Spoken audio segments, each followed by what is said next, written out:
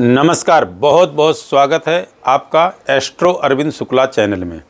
आप मेरे चैनल को लाइक करें, सब्सक्राइब करें और ज्योतिष से संबंधित कोई भी जानकारी आपको प्राप्त करनी है तो आप मेरे इन नंबरों पे फ़ोन करके उन चीज़ों को आप जो है जानकारी ले सकते हैं। जैसा कि ये 2025 सिंह राशि वालों के लिए कैसा जाएगा, किस तरह का व्यतीत होगा, इस विषय में मैं आपको जानकारी देता हूँ। देखिए, सिंह राशि जो है वह अपने आप में जो है 12 राशियों में विशिष्ट राशि है। पहले आपको कुछ साल की बेसिक जानकारी दे दूं, इसके विषय में फिर आपको मैं सीधी जो है जानकारी राशि का क्या रहेगा साल बताता हूं। जैसे कि इस साल 2025 में 4 ग्रहण हैं, 2 सूर्य ग्रहण, 2 चंद्र ग्रहण। जो दृश्य हैं भारत में वो चंद्र ग्रहण हैं। उसके अलावा जो विशेष परिवर्तन होना है 2025 में, वो परिवर्तन है कि इस साल शनि जो है अपनी मूल त्रिकोण राशि कुंभ से मीन में प्रवेश करेंगे। उसके अलावा राहु और केतु जो है 18 मई को 2025 में ये राहु अपने मीन राशि से कुंभ में जाएंगे और केतु अपनी कन्या राशि से सिंह में आएंगे। उसके अलावा बृहस्पति देव का परिवर्तन 3 राशियों में वो संचरण करेंगे 2025 में, वृष में, मिथुन में और कर्क में। इस बार 13 महीने के बाद जो है बृहस्पति देव पुनः कर्क में जो है 13 साल के बाद पुनः कर्क में जो है आएंगे। एक राशि में 13 महीने रहते हैं। तो कहने का तात्पर्य मेरी ये है कि बृहस्पति का जो गोचर रहेगा वो चढ़ाव उतार भरा रहेगा पूरे साल में। कुछ अच्छा, कुछ खराब, कुछ संघर्षपूर्ण, ऐसा मिला जुला के रहेगा। अब बात कर लेते हैं सीधे आपकी राशि की। देखिए, जो सिंह राशि आपकी है, सिंह माने होता ही शेर है और यह राशि अपने आप में विशिष्ट कही गई। इस राशि का जो जातक होता है, व्यक्ति होता है, वो कभी झुकता नहीं है और कभी किसी की दास्तान या कभी किसी की शरणागत को स्वीकार नहीं करता है। यह व्यक्ति अपने आप में निडर, साहसी, परम पराक्रमी और बहुत ही इसका कॉन्फिडेंट और आत्मविश्वास जिसको कहें कि बड़ा प्रबल होता है। और इस राशि के अधिपति जो बनते हैं, स्वामी बनते हैं, सूर्य बनते हैं। तो जैसा कि आपकी राशि के प्रारंभ में ही शुक्र और शनि सप्तम में बैठे हुए हैं, तो आप यदि व्यावसायिक हैं, व्यापार फील्ड में हैं, तो बहुत अच्छा व्यापार और व्यवसाय आपका चलेगा। मैरिड लाइफ, दाम्पत्य जीवन आपका अच्छा रहेगा।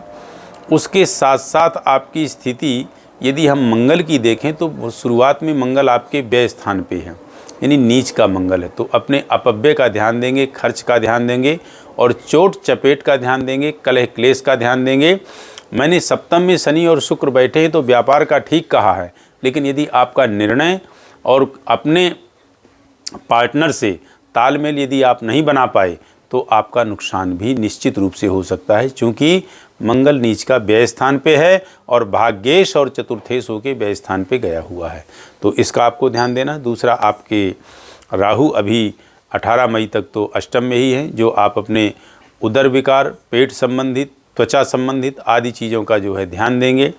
18 मई के बाद राहु आपके जो है कुंभ में आएंगे, तो भी आपको स्वास्थ्य संबंधित ध्यान रखना है। कुल मिला के राहु और केतु की जो भूमिका है वो अभी मार्च तक तो केतु की भी भूमिका स्वास्थ्य संबंधित है और मार्च के बाद भी रहेगी। तो कुल मिलाकर के आपको स्वास्थ्य को लेकर के राहु केतु का जब गोचर होगा अभी भी और जो 18 मई को, तो उसमें विशेष ध्यान देना है। बृहस्पति ग्रह आपके जो अभी दशम में हैं, आगामी टाइम पे आपके जो है 14 मई से 18 अक्टूबर तक आपके आय स्थान पे रहेंगे। 18 अक्टूबर से लेके 5 दिसंबर तक आपके व्यय स्थान पे रहेंगे। तो तीनों जगह आपको कोई बहुत विशिष्ट फल नहीं प्रदान करेंगे, लेकिन 14 मई से जो 18 अक्टूबर तक रहेंगे उनकी सीधे सप्तम दृष्टि आपके पंचम हाउस में जा रही है, तो शिक्षा आदि फील्ड के लिए आपको जो है विशेष अच्छा फल प्रदान करेंगे। तो ये आपके लिए मैं ये बताऊं। उसके साथ साथ जो है आप, हाँ, इस शिक्षा में जो विद्यार्थी वर्ग है, जो कॉम्पिटिटिव एग्ज़ाम देने वाले विद्यार्थी हैं, जो यूपीएससी या आईपीएस की तैयारी कर रहे हैं, उनके लिए बहुत अच्छा टाइम रहेगा 18 अक्टूबर से 5 दिसंबर। उसके अलावा कहें तो थोड़ा कोर्ट कचहरी से बचने की ज़रूरत है, क्योंकि राहु आपका अष्टम और सप्तम में हैं। उसके साथ साथ इन्हीं जगह पे शनि का भी भ्रमण रहना है, अभी सप्तम में है और 29 मार्च के बाद अष्टम में आ जाएगा। और जब फिर गोचर में बृहस्पति आपका व्यय स्थान पे जाएगा, यानी 18 अक्टूबर से 5 दिसंबर, तो और ज़्यादा आपको सावधानी बरतनी होगी। तो ये कुछ हमने आपको ये बताया। अब इससे बचने के लिए जो स्थिति कुछ अरिष्टता है, हाँ एक चीज़ और बता दें, आपकी राशि में ढैया आ जाएगा कब? 29 मार्च से। तो आपको यह भी अपना विशेष बचाव करना है। और ढैया आपका जब आएगा तो आपके लिए जो है सबसे ज़्यादा सावधानी बरतनी है। किससे? आपका आर्थिक खर्च, शारीरिक रोग व्याधि बीमारी और कोर्ट कचहरी, इसका विशेष आपको ध्यान देना है। अब बात कर लेते हैं बचाव के लिए।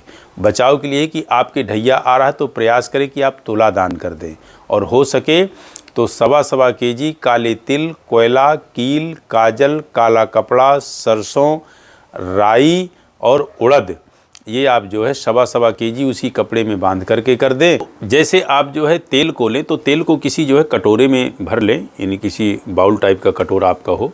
उसमें सबसे पहले आप जो है चेहरा देखें। चेहरे देखने के बाद पूरा चेहरा देखें, यानी अपने चेहरे देखने के लिए मैं इसलिए कह रहा हूँ कि शरीर की पूरी परछाई देखें।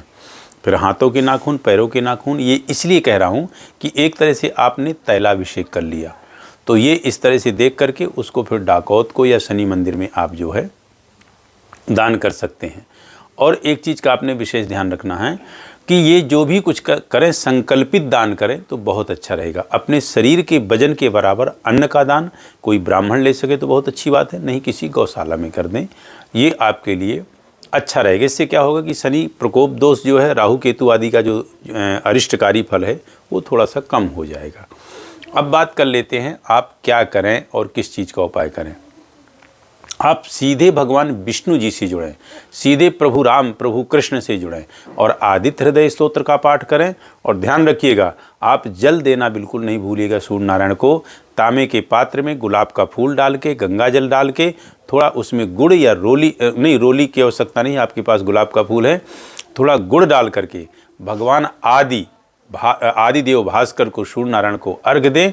और हो सके तो इस मंत्र से दें, ओम एहि सूर्य सहस्रांशो तेजो रास जगतपते अनुकंपय माम भक्त्या ग्रहणार्घ्यम दिवाकरा। यदि ये मंत्र नहीं आता है तो गायत्री मंत्र से दें।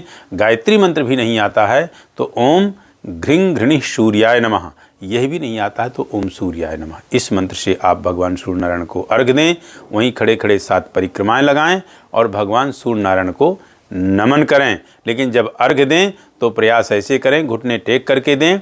जो पानी नारायण को दे रहे हैं, भगवान सूर्य नारायण को, उनकी किरणें जब उस पानी में टकरा के आपके शरीर में लगेंगी तो वो किरणें आपके जीवन में जो है आपको बहुत पॉजिटिव और बहुत ही सकारात्मक ऊर्जा प्रदान करेंगी, जिससे आपका ओज, तेज, कॉन्फिडेंट, आत्मविश्वास और नेत्रों आदि की कोई परेशानी है और हड्डी से संबंधित कोई परेशानी है, ये आदि चीज़ें आपकी बहुत अच्छे से रिकवर हो जाएंगी, यानी ये ठीक होंगी। और ध्यान रखेंगे कोर्ट कचहरी में कहीं उलझे ना, अपने आप को बहुत दूर रखें और बहुत बचा करके रखें। और परम मूल मंत्र यदि आपने जपना है तो ओम नमो भगवते वासुदेवाय, ओम विष्णवे नमः, या विष्णु सहस्रनाम, या राम रक्षा स्तोत्र, या फिर जो है आदित्य हृदय स्तोत्र तो आपको बहुत ज़रूरी है। और आपके ढैया आ गया है तो सुंदरकांड का पाठ यदि जोड़ लें, या हनुमान चालीसा का, या हनुमान अष्टक का, या हनुमान बाहु का, या मारुति स्तोत्र का, हनुमान मारुति स्तोत्र का, ये सभी आपके लिए विशेष लाभप्रद रहेंगे। तो इन्हीं शब्दों के साथ आपके लिए कामना करते हैं कि आगामी 2025 आपका बहुत अच्छा जाए, निरोग, स्वस्थ और दीर्घायु हों, धन धान्य से परिपूर्ण हों। इन्हीं शब्दों के साथ नमस्कार।